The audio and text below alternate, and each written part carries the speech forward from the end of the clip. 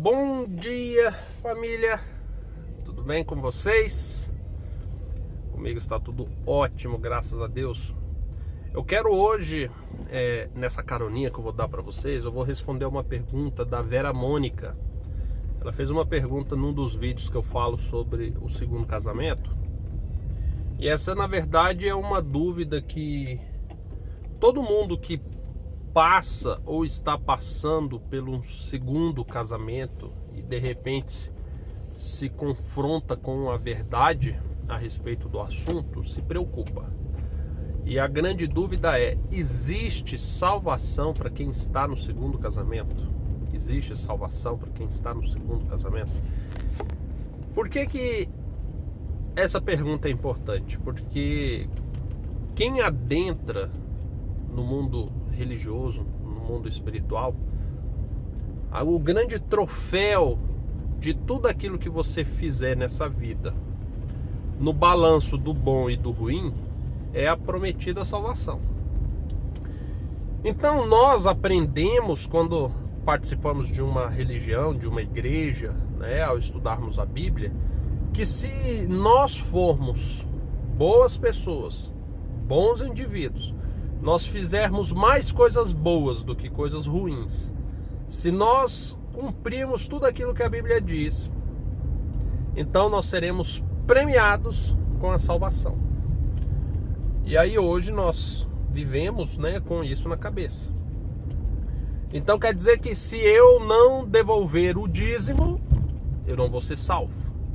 Então significa que se eu não fizer caridade, eu não vou ser salvo. Significa que se eu não fazer o que o meu pastor, o meu padre, o meu bispo, o meu apóstolo, o meu qualquer coisa, o meu mestre disser, eu não vou ser salvo. Então nós começamos a criar barreiras daquilo que pode nos tirar a salvação. Por que eu estou dizendo isso? De fato, algumas coisas nos tiram a salvação? Sim, mas é porque nós não entendemos direito como funciona a salvação. Quando a gente fala em salvação, a gente precisa entender o seguinte: ela nos salva de quê? A salvação é um processo que nos salva de quê? Sabe? Quando a gente vai para a Bíblia, e agora a gente começa a folhear os versos, principalmente de Jesus, que foi quem mais falou de salvação, a gente consegue colocar a salvação em paralelo com algo que Jesus dizia muito, que é o reino dos céus. O reino dos céus é a promessa de um lugar onde Jesus é o nosso Senhor, é o Rei, é quem governa esse lugar. O lugar onde é regido pelas leis do amor, que vem segundo o coração de Deus. É um lugar onde as maiores dificuldades que nós temos nessa terra lá não existirão, como o choro, o dor, o pranto, a morte. É um lugar onde as principais coisas que nos são ceifadas, roubadas nessa terra, lá teremos em abundância, como a vida, o tempo, o amor, as pessoas, que nós temos apreço, que nós amamos. Então, se aqui nós perdemos tudo isso, lá nós teremos em abundância. A salvação também, o reino dos céus também é um lugar aonde nós podemos alcançar o infinito. O infinito. A disposição do tempo que não se termina, que não se acaba, nos dará a oportunidade de estudarmos o que quisermos, de conhecermos o que quisermos, de nos tornarmos mestres daquilo quanto quisermos, e tendo como principal mestre o nosso Criador. O reino dos céus é algo que Jesus ele propaga para nós como sendo algo que você, para se tornar um cidadão do reino do céu, você toma essa escolha ainda aqui nessa terra. Olha que situação interessante. Eu vou até parar o carro aqui para a gente conversar. Quando você se torna um cidadão do reino dos céus, aqui nessa terra, automaticamente você se torna um embaixador do reino dos céus aqui nessa terra. Você imagina nos dias de hoje, se eu quisesse, por exemplo, ir para os Estados Unidos. Então eu iria em uma embaixada, eu entraria com um processo de visto, não é verdade? Tudo isso.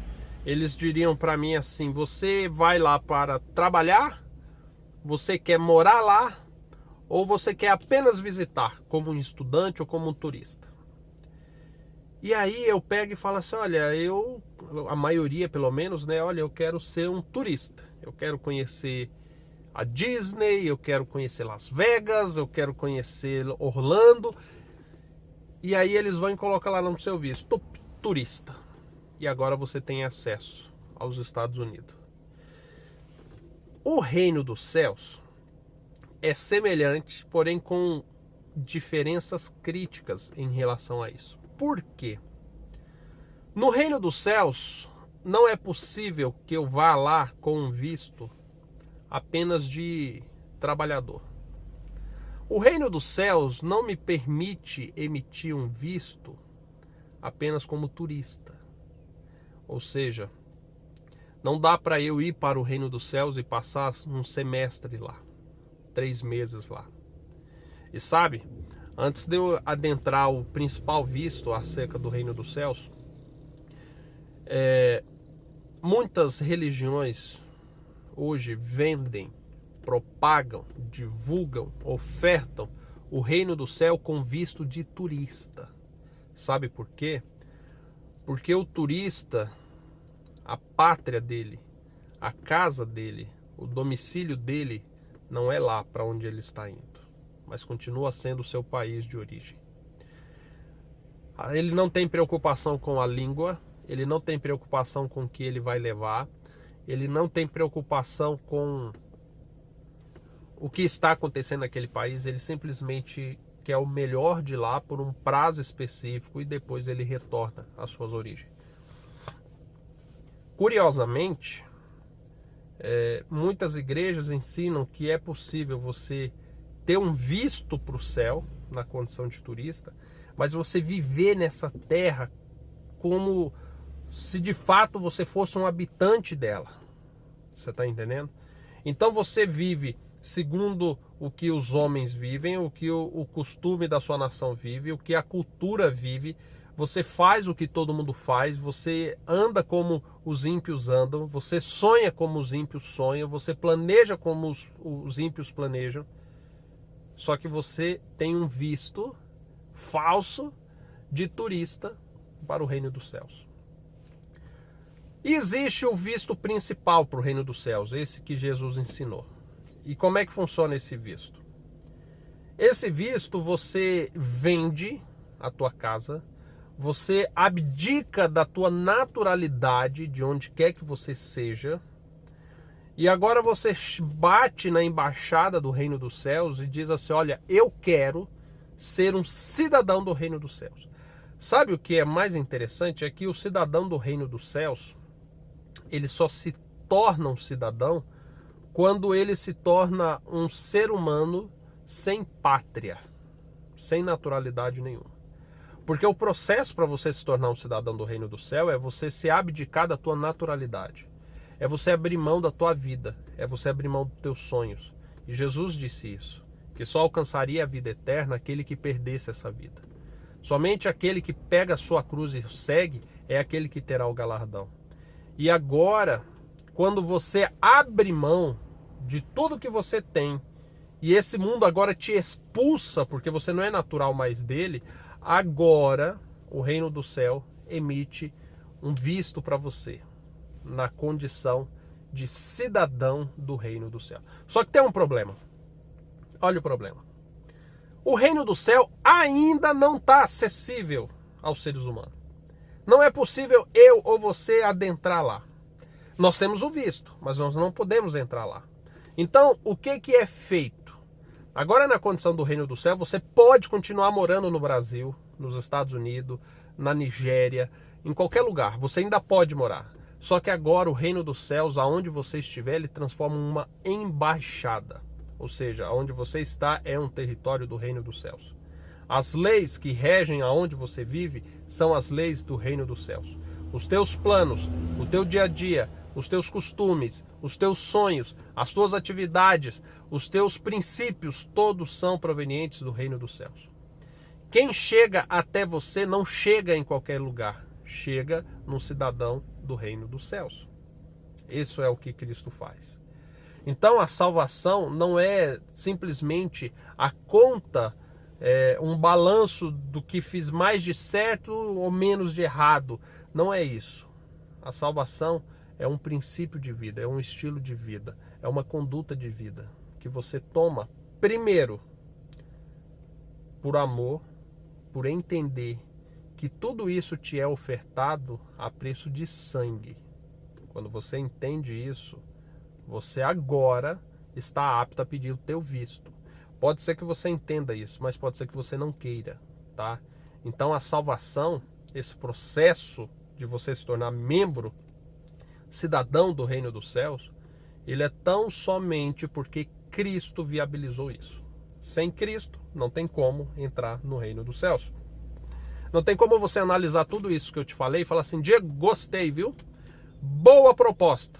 Trocar a mortalidade desse mundo pela imortalidade, o corrupto pelo incorrupto, claro que eu quero, topei.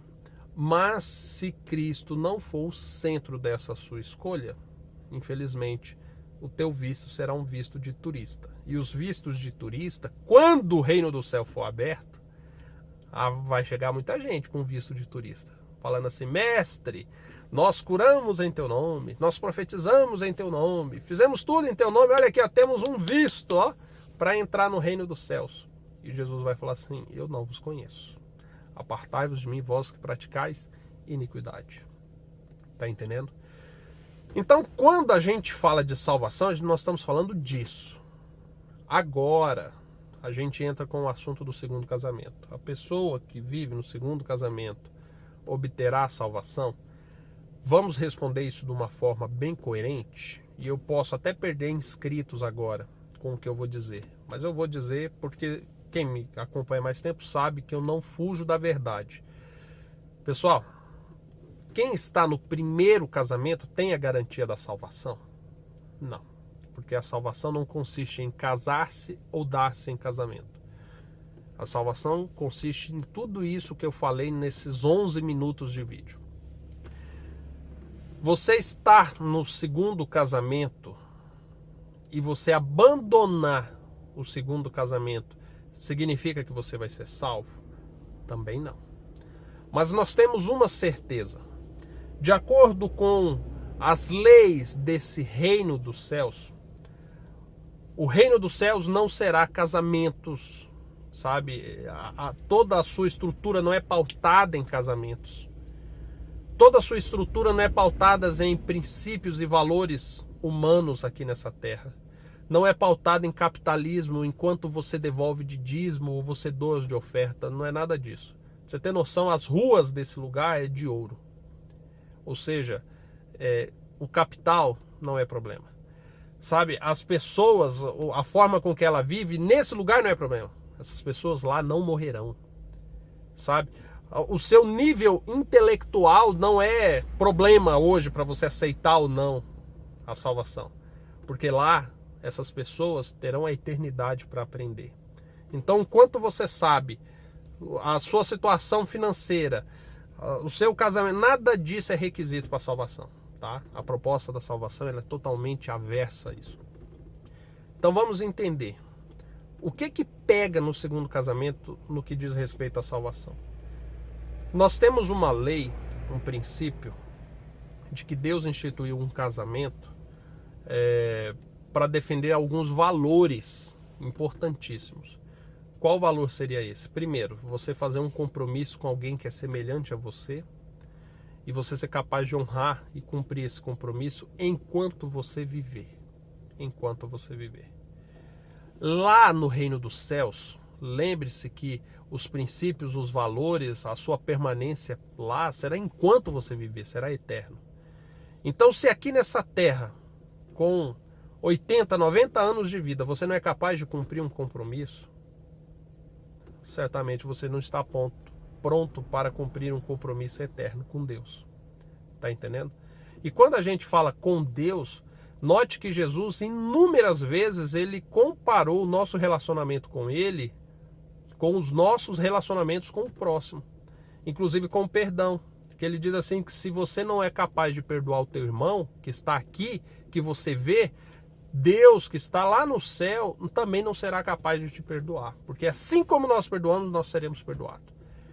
Jesus diz que assim como quereis que Deus faça a vós, fazei vós aos homens. Tá entendendo? Então, assim, existem muitas passagens que fazem essa referência. E se eu não sou capaz de cumprir um compromisso de 80, 70 anos aqui nessa terra, obviamente eu não estou pronto para a eternidade. Mas, mais do que isso, a Bíblia fala em algumas possibilidades em que uma aliança pode ser desfeita. E antes que você especule quais seriam essas circunstâncias, eu te digo, a morte é a única circunstância que rompe uma aliança, tá bom? Dentro do casamento, é a única. Ou se não, segundo Deuteronômios 22 e 24, um casamento pautado em mentiras. Tá? A mulher falou que era pura, que era virgem e foi se casar com um homem e descobriu-se que não era. Ou seja, a Bíblia dá um respaldo para um divórcio proveniente dessa circunstância, tá bom? Ou se não, o caso de um homem que falou que nunca havia se casado, se casou com uma mulher e descobriu-se depois que sim, que ele era casado. Porque a partir desse momento, Deus não considera isso um casamento, mas considera isso um adultério. Todo e qualquer relacionamento conjugal, do qual um dos cônjuges já teve um outro relacionamento conjugal, a Bíblia chama de adultério. Então, um segundo casamento, para a Bíblia, para a lei do reino dos céus, para esse lugar que você quer ir, é tido como adultério. E aí, existe uma nota na embaixada do reino dos céus que diz assim, que os adúlteros não entrarão no reino dos céus. Você pode ter se prostituído, adulterado, ter feito milhões de coisas. Sabe até quando esse rótulo de adúltero vai estar na sua ficha? Sabe até quando? Até o dia em que você pedir perdão a Deus e abandonar esse pecado e não tornar a cometê-lo. Sabe até quando permanecerá esse rótulo de adúltero na tua ficha? Até o dia em que você praticar o adultério. Então, se o segundo casamento é um adultério, segundo o que a Bíblia diz, ele te impossibilita de herdar o reino dos céus. Agora tem pessoas que falam assim, Diego, mas eu vou desfazer de uma família e tal. Presta atenção, se você está no segundo casamento, já desfez de uma família uma vez. Se não foi você, foi seu marido ou foi sua mulher que já desfez. Então não me venha com esse discurso, tá? Segunda coisa, o que é mais importante para você? O que é mais importante para você? Tá? O que você acha que para Deus tem mais valor? Você acha o que seria um testemunho mais bonito na embaixada do reino dos céus? É você chegar lá e ver que o adultério chegou no reino dos céus, quando você visitar um embaixador do reino dos céus, e descobrir, e assim como muitas pessoas falam de pastores que vivem um segundo, terceiro casamento e casa e tudo, você acha que isso é um bom testemunho do reino dos céus? Ou você acha que um bom testemunho é você chegar em alguém e falar assim, olha, eu abri mão das minhas empresas, da minha vida, dos meus sonhos por causa do reino dos céus. Olha, eu abri mão de um casamento que era adultério, porque eu havia destruído uma família para formar esse novo casamento. E agora o reino dos céus me trouxe a paz, me trouxe a felicidade, e eu abri mão disso. Você está entendendo? Que tudo isso é um conjunto que o reino dos céus nos chama a divulgar ao mundo o que seria o correto, o que seria o coerente, o que seria o certo a se fazer. E olha, a sua atitude, ela pode causar muita a diferença, tá? Na vida das pessoas. A Bíblia diz assim, principalmente a homens que são tidos como sacerdotes do lar, se tu creres e se tornar um cidadão do reino do céu, será salvo tu e tua casa.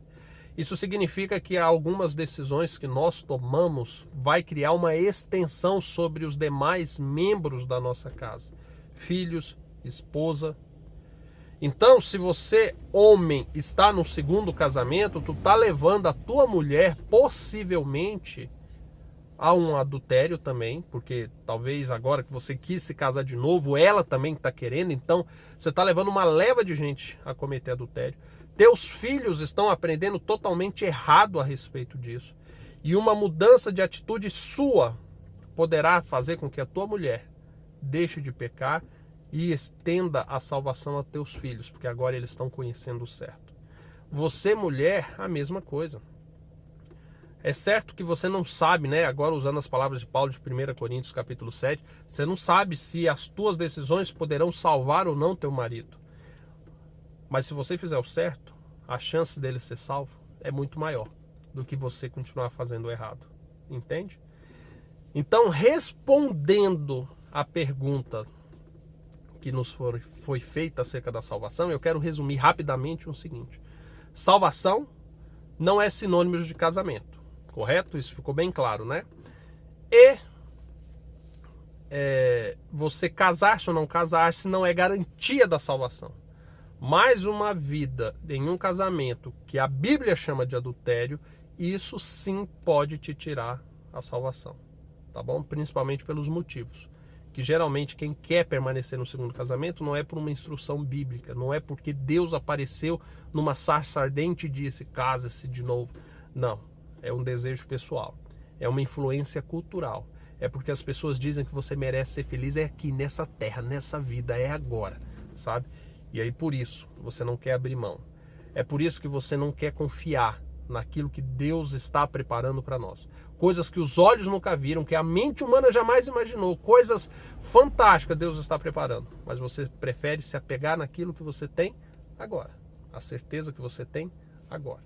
E por isso você acaba não sendo bem-vindo no reino dos céus. Tá entendendo? Mas é fácil de resolver esse problema. Abandona os teus pecados, toma a tua cruz, segue a Cristo, reconhece-o como único e suficiente Salvador. Faça tudo aquilo que Ele ordenou. Se você o amar, guardará os seus mandamentos, e os seus mandamentos não são penosos. Portanto, siga por esse caminho, abandone tudo aquilo que Ele pedir, porque assim você será recebido como um cidadão do reino dos céus. E naquele dia, naquele grande dia quando Cristo vier, Ele certamente te chamará pelo nome e dirá, venha, benditos do meu Pai, para o reino que agora vos está pronto para que habitais por toda a eternidade. Amém? Pessoal, compartilha esse vídeo nas suas redes sociais, tem muita gente, viu, que tem essa dúvida. Compartilha, você que já é de casa, curta esse vídeo e comente aqui embaixo se porventura você já conversou com alguém que está no segundo casamento e qual foi a resistência, o que essa pessoa apresentou em relação a esse assunto, tá bom? Fica com Deus, pessoal. Tenha um ótimo dia. Até mais, tchau, tchau.